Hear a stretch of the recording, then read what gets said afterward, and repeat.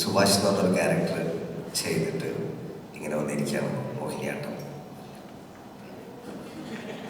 Just പരിചയപ്പെടുത്തലല്ലാതെ സിനിമയിലേക്ക് എത്തിയതൊക്കെ ഒന്ന് പറഞ്ഞു കഴിഞ്ഞാൽ എല്ലാവർക്കും ആയിക്കോട്ടെ. സിനിമയിലേക്ക് എത്തിയത് ദാസേട്ടൻ വഴിയാണ്. ദാസേട്ടൻ എൻ്റെ അടുത്ത് വന്നു, ഞങ്ങൾ കഥ ഡിസ്കസ് ചെയ്തു, കഥ കേട്ടു. എന്നിട്ട് ഞാൻ ഭരതനാട്യം പോയി കണ്ടിട്ട് ഭയങ്കരമായിട്ട് എനിക്ക് ഇഷ്ടപ്പെട്ടിട്ടാണ് ഞാൻ ദാസേട്ടനെ വിളിക്കുന്നത്. പിന്നെ ഇതിലത്തെ ഒരു ക്യാരക്ടറും ഭയങ്കര അടിപൊളി ഒരു കോൺട്രാസ്റ്റ് ക്യാരക്ടറാണ് എന്നെ സംബന്ധിച്ചിട്ട്. സോ അത് ഭയങ്കരമായിട്ട് ഇഷ്ടപ്പെട്ട് ഇതിൽ കിട്ടുന്ന ഒരാളാണ് ഞാൻ. സോ എനിക്കും ഭയങ്കര താല്പര്യത്തോടു കൂടി വന്ന ഒരു മൂവിയാണ് മോഹിനിയാട്ടം.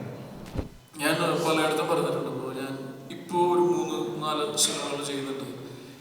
അപ്പോൾ അതിൽ ഒരുപക്ഷെ വലിയ പേരുകളൊക്കെ ഉണ്ട്, വലിയ സംവിധായകർ, അല്ലെങ്കിൽ ഒരുപാട് വലിയ ബഡ്ജറ്റിൽ എടുക്കപ്പെടുന്ന സിനിമ എന്നൊക്കെ പറഞ്ഞിട്ട് ഒരുപാട് കാര്യങ്ങളുണ്ട്. പക്ഷെ ഞാൻ ഈ അടുത്ത് ചെയ്തിട്ടുള്ളതിലും അല്ലെങ്കിൽ ഞാനൊരു പുതിയ സംവിധായകൻ്റെ എഴുത്തുകാരൻ്റെ കൂടെ വർക്ക് ചെയ്തിട്ട് ഞാൻ ഏറ്റവും കൂടുതൽ എൻജോയ് ചെയ്തൊരു പ്രോസസ്സായിരുന്നു മോഹിനിയാട്ടത്തിൻ്റെ. ഒന്ന്, എനിക്ക് ഒരുപാട് സ്ക്രീൻ സ്പേസ് ഒന്നും അങ്ങനെ ഇവരുടെ അത്ര സ്ക്രീൻ സ്പേസ് ഇല്ലല്ലോ. എന്നിട്ട് കൂടി ഞാൻ ആസാനാക്കി ഭയങ്കര സാറ്റിസ്ഫാക്ഷൻ ആയിരുന്നു. അപ്പോൾ ഇനീഷ്യൽ ഡേയ്സിലൊരു കോമഡി എന്താണെന്ന് വെച്ച് കഴിഞ്ഞാൽ, ഒന്ന് പലപ്പോഴും ഞാൻ എപ്പോഴും ഈ വ്യക്തിബന്ധങ്ങൾക്ക് ഭയങ്കര ഇമ്പോർട്ടൻസ് കൊടുക്കുന്ന ആളാണ്. ഇപ്പോൾ തോമസ് തന്നെ ആദ്യമായിട്ട് കാണുന്നത്. പക്ഷേ സൈജു എന്നെ സംബന്ധിച്ച സിനിമയിൽ തന്നെ എനിക്ക് ഏറ്റവും അടുപ്പവും സ്നേഹമുള്ള ഒരാളാണ്.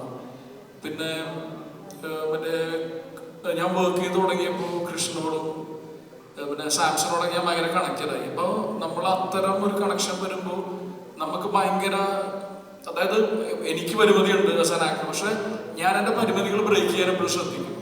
അപ്പോൾ ഓൾറെഡി കൃഷ്ണമൻ എന്നോട് ഈ കഥ പറഞ്ഞ് ഇങ്ങനത്തെ ഒരു ക്യാരക്ടറിൻ്റെ കാര്യം പറയുമ്പോഴും ഞാൻ ആലോചിച്ചിരുന്നൊരു കാര്യം എന്താണെന്ന് വെച്ച് കഴിഞ്ഞാൽ, ഇതൊരു ഹൈ വോൾട്ടേജ് ഫുൾ എനർജി വരുന്ന പോലെ നമുക്കിത് ക്യാരക്ടറൈസ് ചെയ്താലോ എന്ന് ഞാൻ ചോദിച്ചിരുന്നു.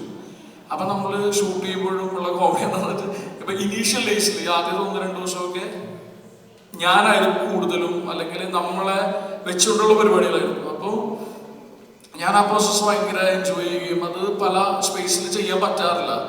ഞങ്ങളൊരു സീൻ ഷൂട്ട് ചെയ്തു അല്ലെങ്കിൽ ഒരു ഷോട്ട് എടുത്തു. അപ്പോൾ ആ ഷോട്ടിൽ അൾട്ടിമേറ്റ്ലി മറ്റേ ഡയറക്ടറിന്റെ ഡിസിഷൻ അല്ല. അപ്പോൾ കൃഷ്ണൻ ഓക്കെ പറഞ്ഞിട്ടൊരു ടേക്ക് ഉണ്ടാവും. ഓക്കെ, അപ്പോൾ സാധാരണ സിനിമകളിൽ നമ്മൾ ഓക്കെ ടേക്കിൽ ഓക്കെയാണ്, കാരണം ഡയറക്ടറാണ് കൂടെ, ഞാൻ മോണിറ്റർ കൂടി നോക്കാത്ത ഒരു ആക്ടർ. പക്ഷേ മോഹിനിയാട്ടത്തിന് നമ്മൾ വേറൊരു തരത്തിൽ, അതിന്റെ റീസൺ എനിക്ക് അറിഞ്ഞൂടാ, ഞാൻ വ്യക്തികളോടുള്ള ബന്ധം കൊണ്ടായിരിക്കും. ആ ഓക്കെ ടേക്ക് കഴിഞ്ഞ് കഴിഞ്ഞാൽ ഞാൻ സാംസണും ഞാനും കൃഷ്ണനും കൂടെ ആലോചിച്ചിട്ട് പറയും, നമുക്ക് ഒരു ടേക്ക് കൂടി വെറുതെ എടുക്കാം. ഓൾറെഡി ഒരു ഓക്കെ ടേക്ക് ഉണ്ടല്ലോ, എന്നിട്ട് നമ്മൾ ഭയങ്കര ക്രേസി ആയിട്ടുള്ള ഒരു ടേക്ക് കൂടി എടുക്കും. അപ്പൊ പലപ്പോഴും ആ ടേക്ക് നമ്മൾ ഉദ്ദേശിച്ച അല്ലെങ്കിൽ നമ്മൾ ഓക്കെ ടേക്കിൽ ബെറ്റർ ആവും. അപ്പൊ അങ്ങനെ എനിക്ക് ഒരു ആസ് ആൻ ആക്ടർ ഞാൻ ഭയങ്കരമായിട്ട് എൻജോയ് ചെയ്തിരുന്നു കൃഷ്ണന്റെ കൂടെ. നമുക്ക് ഭയങ്കര ക്രിയേറ്റീവ് ഹാപ്പിനെസ് ഉണ്ടായിരുന്നു.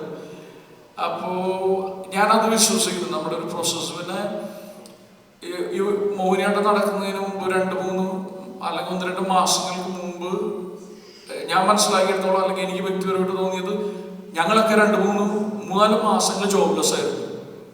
അതായത് ഈ പറയുന്ന ഏറ്റവും സ്റ്റാർ ഡ്രിവൺ പടങ്ങൾ മാത്രം നടക്കപ്പെടുന്നു എന്ന് പറയുന്ന ഒരു സ്പേസിൽ മോഹിനിയാട്ടം പോലത്തെ ഒരു സിനിമയിലേക്ക്, ഇതേപോലൊരു സിനിമ മോഹിനിയാട്ടം കുറച്ചും കൂടി വലിയ സ്കെയിൽ എടുക്കപ്പെട്ട സിനിമയാണ്. ഇപ്പോൾ ഭരതനാട്യത്തിന്റെ സ്കെയിലല്ല മോഹിനിയാട്ടത്തിന്റെ.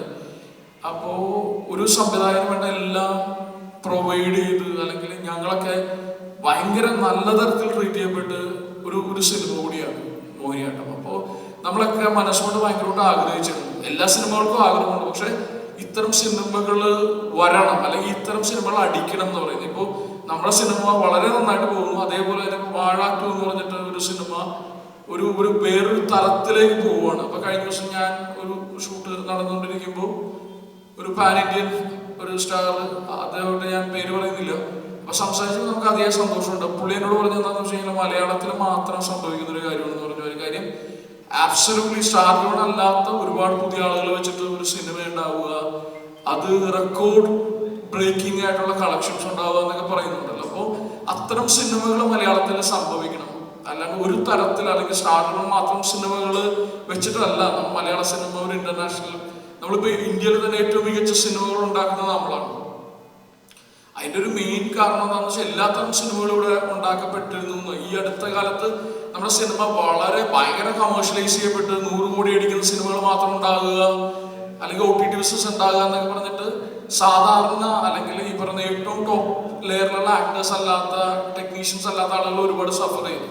അപ്പൊ അതിനൊക്കെ ഒരു ഉത്തരം പോലെയാണ് ഇപ്പോൾ തിയേറ്ററുകളിൽ ഇപ്പൊ നമ്മുടെ മോഹിനിയാട്ടം ഓടുന്നതും അല്ലെങ്കിൽ വാഴ 2 ഓടുന്നതൊക്കെ അതിൻ്റെ ഒരു ഉത്തരം പോലെയാണ്. അതായത് നിങ്ങൾ പറയുന്ന വലിയൊരു സ്റ്റാർ ആ പടത്തിലില്ല, അല്ലെങ്കിൽ ഇത് ആ സിനിമ ഒരു 50 കോടിയിൽ നിർമ്മിക്കപ്പെട്ടതല്ല, പക്ഷെ തിയേറ്ററുകളിൽ ഒരുപാട് ആളുകൾ വരുന്നു, ആ സിനിമകൾ ഭയങ്കര കളക്ഷൻസ് ഉണ്ടാകുന്നു എന്ന് പറയുന്നത് ഭയങ്കര നല്ലൊരു പ്രവണതയാണ്. എനിക്ക് തോന്നുന്നു മലയാള സിനിമക്ക് നമ്മുടെ പോലെയുള്ള സിനിമകൾ ഭയങ്കര ഗുണം ചെയ്യും. ഇനിയും ഇപ്പോൾ തോമസ് ചേട്ടനെ പോലത്തെ ഒരാൾ, തോമസ് ചേട്ടൻ സൈജും കൂടെ വന്നിട്ട് കൃഷ്ണനെ വിശ്വസിച്ച് മോഹിനിയാട്ടം പോലെ ഒരു സിനിമ ഈ സ്കെയിലിൽ ചെയ്യാൻ, അല്ലെങ്കിൽ നമ്മളെ പോലെയുള്ള എല്ലാ ആക്ടേഴ്സിനെ പ്രൊവൈഡ് ചെയ്ത് അത്യാവശ്യം വലിയ സ്കെയിലിൽ ചെയ്യാനുള്ള ഒരു ധൈര്യം കാണിച്ചുകൊണ്ട് മാത്രമാണ് മോഹിനിയാട്ടം ഉണ്ടായത്.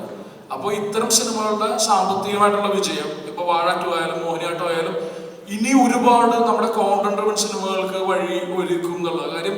മലയാള സിനിമ എന്നും ഒരു വേൾഡ് സെനാരിയോലോ അല്ലെങ്കിൽ നമ്മൾ പറയുന്ന ഇന്ത്യയിൽ എല്ലാവരും പറയണ്ടല്ലോ മലയാള സിനിമയുടെ ക്വാളിറ്റിയെ കുറിച്ച്. അതിന് കാരണം എന്താണെന്ന് വെച്ച് കഴിഞ്ഞാൽ മലയാള സിനിമ കൊടുത്തിട്ടുള്ള കോണ്ടന്റ് ആണ്. തെലുങ്ക് പടം പോലത്തെ സിനിമകളുടെ അപ്പുറത്തേക്ക് മലയാള സിനിമയിലെ കോണ്ടന്റുകളാണ് എപ്പോഴും അപ്രീഷിയേറ്റ് ചെയ്യപ്പെട്ടിട്ടുള്ളത്. അപ്പൊ നമ്മുടെ സിനിമയുടെ വിജയം തീർച്ചയായിട്ടും നമുക്ക് ഒരു ആളുകൾക്കും വ്യക്തിപരമായിട്ട് ഗുണം ചെയ്യുന്ന പോലെ തന്നെ ഇൻഡസ്ട്രിക്കും ഭയങ്കര ഗുണം ചെയ്യും. അത് വളരെ സന്തോഷമുള്ള ഒരു കാര്യമാണ് ഞാൻ വിശ്വസിക്കുന്നത്.